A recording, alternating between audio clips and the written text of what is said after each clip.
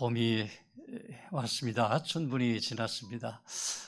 온 세상이 따뜻한 기운이 돌고 있습니다.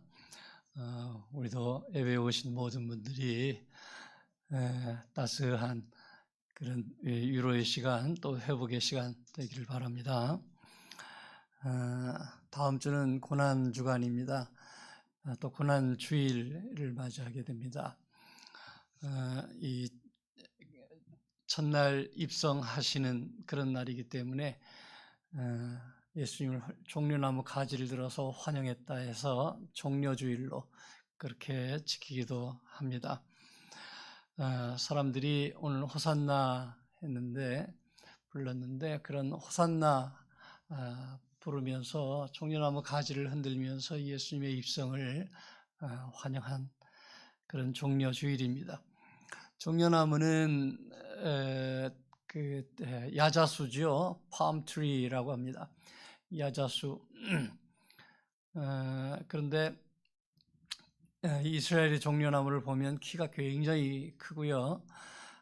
끝에 그 대추 야자가 주렁주렁 열려 있습니다.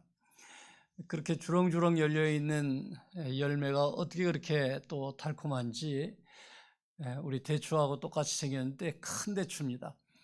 꿀처럼 맛있어요. 정말 꿀이 흘러나올 것 같은 그런 맛입니다.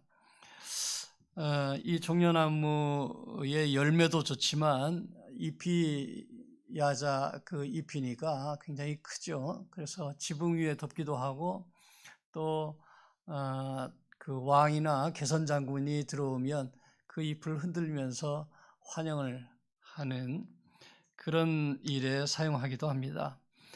그래서 예수님이 입성하실 때에도 많은 사람들이 이 종려나무의 잎을 흔들면서 환영을 했지요. 사람들이 이렇게 그 누군가 영웅을 기다렸다라고 하는 것은 그 생활이 고달프다는 얘기죠. 그만큼 곤고한 생활을 하고 있었다 하는 것입니다. 2000년 전에 이스라엘 백성들은 식민지 치하에서 상처 입은 백성이었고 목자 잃은 양떼처럼 그렇게 살고 있었습니다. 그래서 생활이 힘든 그때에 자신들을 이끌어줄 지도자가 필요했습니다. 가난하기 때문에 또 여러 이유로 연약하기 때문에 지도자가 필요했을 것입니다. 그들을 도와줄 리더, 누군가 남에게 자기를 내어줄 수 있는 그런 리더가 필요했겠죠. 오늘날 우리 나이 드신 아주 이제 정신적으로 힘들어하시는 그런 어르신들이나 또 어린아이들은 그런 누군가 도와줄 사람이 필요합니다. 뭐 다 커도 도와줄 사람이 필요한 그런 경우들도 있죠. 몸이 약하거나 마음이 약한 그럴 때에 누군가의 도움을 받아서 자기를 지키는 것도 중요합니다. 또 누구를 그렇게 지켜주는 것도 참 귀한 일이죠. 네. 어린아이들하고 정상적이랄까? 이성적인 그런 어른스러운 대화를 해갈 수는 없습니다. 그걸 감안을 하고 살펴줘야죠. 네. 어떤 엄마는 애들하고도 그런 대화를 하기도 해요. 아주 어른스러운 대화를 하는데도 애가 잘 따라오고 그 대화가 가능할 때도 있습니다.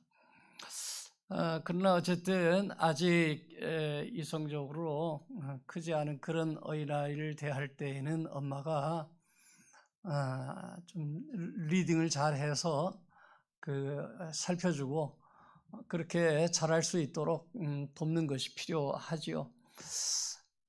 또 나이 드신 그 어르신들에게 이제 고집만 남은 그런 어르신들한테 이런 거 저런 거 다 기대할 수는 없습니다. 살펴드려야죠. 돌봐드려야 돼요. 그래서 꼭 경제적인 문제만이 아니라 사회적으로 또 여러 가지 이유로 돌봄이 필요한 그런 이웃들이 있습니다. 그럴 때에 내가 돌볼 수 있는 사람인가 라고 하는 것을 스스로 깨달을 수 있어야 합니다. 자의식이 필요합니다. 이 내가 돌볼 수 있다 는 자의식을 갖는다면 그것은 정신적인 성년이요 또 신앙으로 볼 때에는 예수님의 그 모범을 따라서 내가 예수님의 일을 대신할 수 있는 그런 자의식을 갖는 겁니다. 이게 굉장히 중요합니다. 우리가 신앙생활을 하면서 어렸을 때에는 우리가 연한 그런 음식을 먹지만은 좀 장성해지게 되면 딱딱한 음식을 먹고 그리고 스스로 강해지고 그리고 누군가를 도울 수 있는 그런 상황이 되는 거거든요. 그러니까 그렇게 바뀌면은 이제 예수님의 일꾼으로 제자로 자라는 것이기 때문에 다른 차원으로 신앙이 성장하게 되는 것입니다. 우리 신앙이 그렇게 성장해야 합니다. 그래서 육신이 자라면서 우리의 영혼도 함께 자라야 하는 것이죠. 내가 믿은 지 조금 더 오래됐고 나이가 좀 더 들었고 몸도 마음도 더 건장하다고 한다면 그러면 내가 도울 수 있는 사람이 되는 거죠. 할 수 있는 사람이 하는 겁니다. 예수님이 이 땅에 오셔서 당신을 내어놓고 돕는 것은 많은 사람들을 위해서 당신을 희생한 것은 당신이 그럴 수 있는 여건에 있었기 때문에 가능했던 것이죠. 네, 우리 사이에서도 그래야 합니다. 그래서 부부를 이루든 또는 부모 자식의 관계이든 또는 교우들 간의 사회적인 관계 속에서도 내가 조금 더 주님 앞에 다가가 있다라고 자의식을 갖는 사람이 더 온유하고 더 겸손하고 더 자기를 내놓고 희생하고 그러는 것입니다. 근데 그게 안 되잖아요. 우리가 이제 살다 보면 우리 자존심이 강해지면서 내가 대우받기를 원하고 또 내가 이렇게 희생하는데 내가 보상받기를 원하는 것이죠. 그런데 예수님의 가르침은 반대입니다. 예수님의 가르침은 전혀 다른 겁니다. 그러니까 우리가 신앙생활이 깊어졌다, 영적으로 깊어졌다라고 하는 것은 전혀 다른 차원의 성품이 도달하고 있다라고 하는 것을 말해줍니다. 여기서 아주 중요한 갈림길에 서는 것입니다. 우리 신앙생활의 갈림길입니다. 우리가 지식적으로 성경을 더 안다든가 교회 생활에 어떤 관행을 더 이해한다든가 더 익숙해진다든가 그런 것과는 전혀 다른 성품의 문제입니다. 신앙 성품의 문제입니다. 예수님을 닮아가는 문제인 것이죠. 그래서 예수님께 더 가까이 다가갔다라고 하는 것은 더 손해보는 것을 말합니다. 더 이해하게 되고 더 겸손하게 되고 더 관용을 베풀 수 있는 그런 신앙 성품으로 바뀌는 거기 때문에 개인 간의 관계든 이게 교회이든 또는 성도와 또 믿지 않는 사람과의 관계이든 먼저 예수님 앞에 다가가는 사람이 소위 지도자입니다. 리더입니다. 예수님 시대에 왜 예수님을 그렇게 기다렸을까? 많은 사람들이 그 삶이 고달팠을 것입니다. 곤고하면서 예수님을 기다렸다는 것이죠. 그 중에 많은 사람들은 그저 예수님의 일방적인 도움을 받았습니다. 그들을 위해서 예수님은 당신을 내놓으셨습니다. 얼마나 억울하고 손해보는 일입니까? 그런데 예수님이 그렇게 하셨거든요. 그런데 사도 바울, 오늘 로마서는 사도 바울이 쓴 것으로 그렇게 알려져 있는데, 사도 바울은 지식인입니다. 소위 자의식이 발전한 사람입니다. 그래서 소위 지도자로 그때까지도 살아왔고, 또 예수 믿은 이후에도 지도자로서 리더로서 살아간 그런 사람입니다. 그런 바울의 모습입니다. 그러니까 달라진 바울이에요.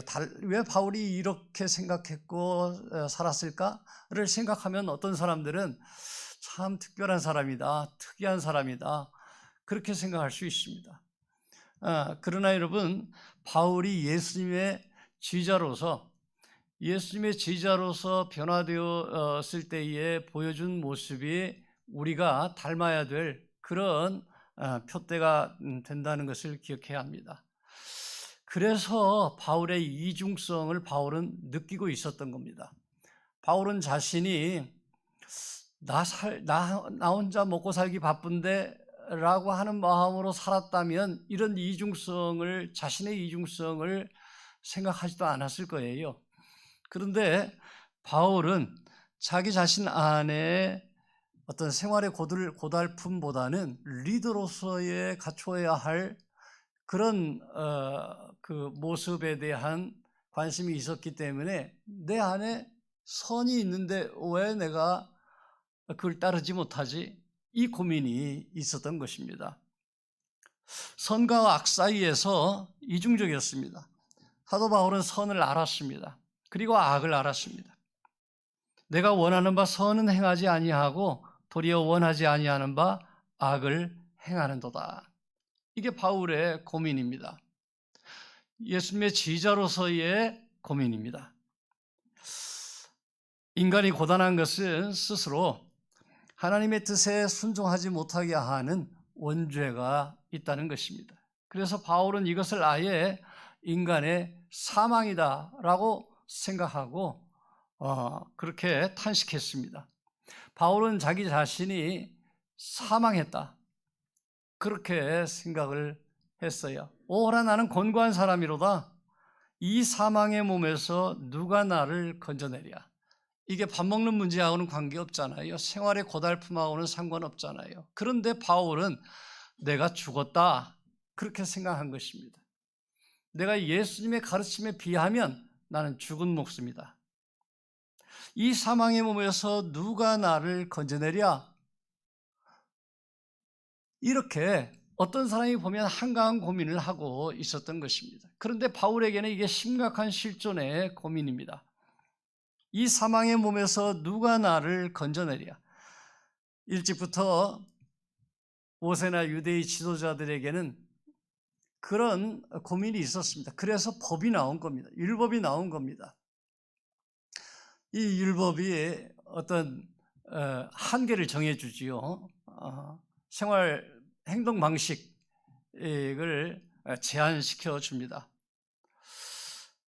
그래서 그 범위를 제한해 주는 것이 인간의 법인데 한계가 있습니다. 이 법은 한마디로 새 사람을 만들어 주지는 못합니다. 새로운 사람이 되게 하지는 못합니다. 그러니 요즘 법체계 조직을 고쳐서 새 사회를 만들겠다라고 하는 생각, 노력들이 있지요. 우리나라의 율법을 좀 바꿔야 되겠다. 그렇지 않고서는 누군가가 이 법꾸라지들이 법을 이용해서, 지식을 이용해서 사람들을 돕는 것이 아니라 자기들의 이해관계에 이용해 먹는다.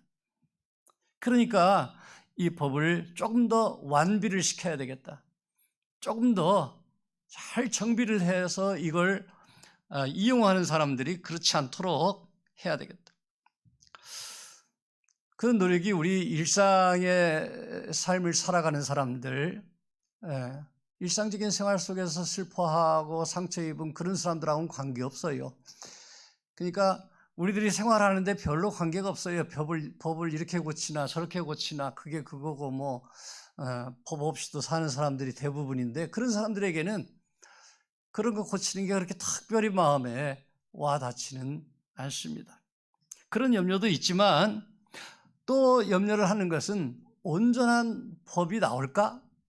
정말 완비된 그런 법이 나올까? 하는데 어떤 그 불안함이 있기 때문이죠. 별로 기대가 안 되기 때문이죠. 믿음이 가지 않습니다. 그래서 일찍이 바울이 말했습니다. 법이라고 하는 게 사람의 허물을 지적해 줄 수는 있겠지만 해방시켜 주지는 못한다. 온전하게 자유함을 누리게 해주지는 못한다. 그렇게 말합니다. 육신의 생각은 하나님의 법에 굴복하지 아니할 뿐 아니라 할 수도 없습니다. 그렇습니다. 할 능력이 안 돼요. 법은. 하나님의 법은 세상 법보다 아주 근본적인 그런 가치 기준을 가지고 있습니다. 그런데 그거를 이루기 위해서 법으로 아무리 완비하려고 하는 그런 노력을 한다 한들 다다를 수가 있겠습니까? 그러나 적어도 사람들의 마음속에 하나님의 법을 사모하는 간절함은 있습니다. 하나님이 다스려 주시면 좋겠습니다. 우리가 지금 우리 피부에 와닿지는 않지만 온 세상에 도대체 왜 이렇게 전쟁이 많고 왜 이렇게 이전 투구가 많은지 이런 것 좀 안 하고 살면 안 되는가? 그런 마음은 있죠. 하나님이 심판해 주시고 하나님의 법이 온전하게 행사되는 그런 세상이 오면 좋겠다 하는 그런 간절함, 그런 마음이 있습니다. 여기에 희망이 있습니다. 우리 모두에게는 그런 희망이, 그런 간절함이 있다는 것이에요. 자, 로마서 7장은 인간의 고단함을 말합니다. 인간의 한계를 말합니다. 그렇지만 로마서 8장 1절은 그러므로 이렇게 시작됩니다. 그러므로 이렇게 시작되는 로마서 8장은 예수 그리스도로 인한 하나님의 승리, 또 인간의 승리를 선포하고 있습니다. 만약에 여러분이 이 땅에서 무기력하고 소망이 없는 그런 삶을 살고 있다면, 그런데도 마음의 자유와 해방을 향한 간절함을 가지고 있다면 이제부터 나 자신의 능력이나 자랑, 육신의 생각에서 나오는 세상의 법, 세상의 질서, 나의 자랑, 그 모든 것을 내려놓아야 합니다. 그것은 바꾼다고 해서 바꿀 수 있는 일이 아니라는 것입니다. 육신에 있는 자들은 하나님을 기쁘시게 할 수 없느니라 그랬습니다. 육신에 속한 자들은 하나님을 기쁘시게 할 수 있는 가능성이 없다는 것입니다. 그러므로 우리는 온전하게 항복해야 합니다. 하나님의 영, 그리스도의 영을 모셔드려야 합니다. 하나님의 영이 내 안에 오시도록, 그리스도의 영이 내 안에 오시도록 그렇게 마음을 열고 우리 빈자리를 마련해야 하는 것입니다. 그리스도께서 너희 안에 계시면 몸은 죄로 말미암아 죽은 것이나 영은 의로 말미암아 살아있는 것이니라. 10절 말씀입니다. 그러므로 이제 그리스도 예수 안에 있는 자에게는 결코 정죄함이 없느니라. 8장의 1절 말씀입니다. 그리스도 예수 안에 있는 자에게는 결코 정죄함이 없나니 그랬습니다. 적어도 죄책감으로 자신을 비난하고 공격하고 무너지는 것은 예수님의 뜻이 아닌 것을 말해줍니다. 육신의 생각은 사망이요 영의 생각은 생명과 평안이라. 그러므로 이제 놀라운 변화입니다. 나 중심의 생각에서 예수님 중심의 생각으로 옮겨가야 한다 하는 것입니다. 나 중심의 생각에서 예수님 중심의 생각으로, 나 중심의 삶에서 예수님 중심의 삶으로 넘어가야 한다는 것입니다. 내 안에 내가 있었습니까? 내 안에 내가 죽고 내 안에 예수님이 살아야 하는 것입니다. 이것이 도대체 무슨 말입니까? 내가 내 지식과 경험, 내 모든 그런 그 신념을 가지고 이 세상에서 삶의 중심이 내가 되어서 살아왔는데 그것을 내려놓고 예수님 중심으로 예수님이 내 삶의 주인으로서 살아가는 그런 삶을 결단할 때에 우리는 예수님의 사람으로 새롭게 시작할 수 있다 하는 것입니다. 예수 그리스도의 영으로 옮겨가는 삶입니다. 그것이 이제 연습이 되고, 그것이 훈련이 되고, 그것이 습관이 되고, 인생이 인품이 되는, 성품이 되는 그런 삶을 내 안에 만들어갈 때에 우리는 진정한 예수님의 사람으로, 그리고 이 땅에서 리더로서, 지도자로서 누군가에게 예수님의 사랑을 전할 수 있는, 나눌 수 있는 그런 사람이 될 수 있다는 것입니다. 여전히 이 세상에서 우리의 자존심 때문에, 우리의 지식 때문에, 경험 때문에 힘들어합니까? 누군가를 아프게 하고 내 자신이 힘들어합니까? 그러면 예수님의 영으로 옮겨가야 합니다. 내 안에 있는 나의 영을 내려놓고 예수님의 영을 내 안에 받아들여야 합니다. 다른 사람에게 요구하는 것이 아니라 내가 그렇게 해야 한다 하는 것입니다. 네. 그게 바로 예수님의 지휘자입니다. 예수님에게 속한 사람입니다. 세상 능력에 기댈 필요가 없습니다. 세상의 자랑을 늘어놓을 필요가 없습니다. 또 스스로를 정죄할 필요도 없습니다. 무기력하게 머리를 떨굴 필요도 없습니다. 예수님이 계시기 때문에 내가 무기력하고 나를 정죄할 필요가 없습니다. 예수님이 주인이신 것입니다. 나는 여전히 육신의 욕심과 유혹에 고개를 돌릴 수밖에 없습니다. 예수님을 내 마음속에 모셔드렸지만 여전히 고개를 돌리는 그런 연약한 존재입니다. 그러나 그런 것들에 속지 말아야 합니다. 그렇다고 해서 예수님을 내 마음에, 내 삶의 주인으로 모신다고 하는 것, 그것이 내 삶의 유일한 희망이라고 하는 것, 그것이 바뀌지는 않습니다. 내가 연약한 존재라고 하는 것이 그 진리를 바꿀 수 있는 것은 아니다라고 하는 것입니다. 그러므로 내 힘으로 가능한 것이 아닙니다. 내 힘으로 가능한 것이 아닙니다. 성령이 우리의 연약한 기도를 도우십니다. 성령께서 우리를 도와주시면 바로 이것이 내 훈련이 되고 내 습관이 되고 내 성품이 될 수 있다는 것입니다. 바울이 이렇게 말합니다. 다른 복음서에서 내가 그리스도와 함께 십자가에 못 박혔나니 그런즉 이제는 내가 사는 것이 아니요 오직 내 안에 그리스도께서 사시는 것이라. 성품이 되는 것입니다. 이제 내가 내 안에 내가 사는 것이 아니라 그리스도께서 사시는 것이라.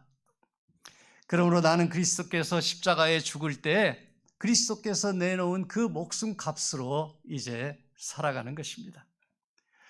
이제 하루를 살더라도, 아니 우리의 평생을 살아가면서 그리스도의 영, 하나님의 성령에 속한 사람으로 살아야 합니다.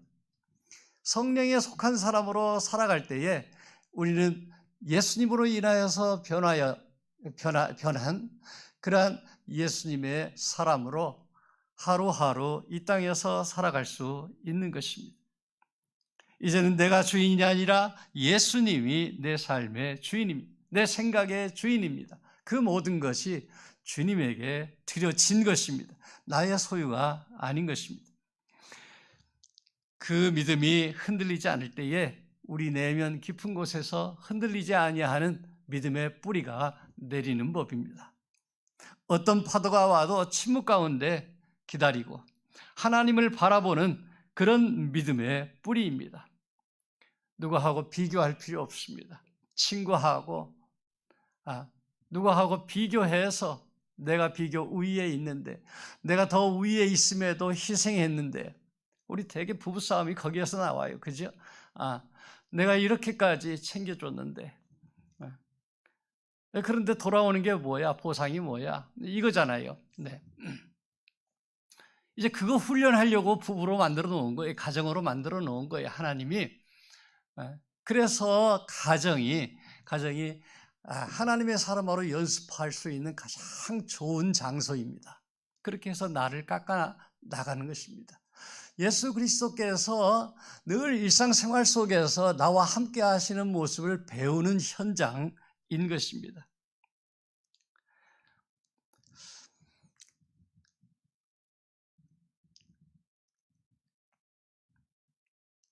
샬롬의 사람, 평화의 사람,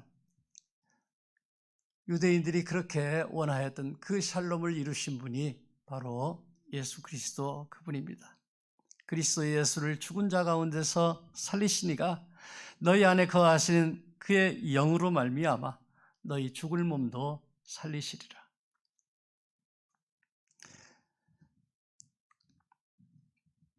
뭘 잘하라는 게 아닙니다. 뭐든지 왜 이렇게 못하냐, 좀 잘해라, 그런 이야기가 아닙니다. 하나님과의 관계가 바른 관계로 맺어져 있느냐 하는 그런 질문입니다.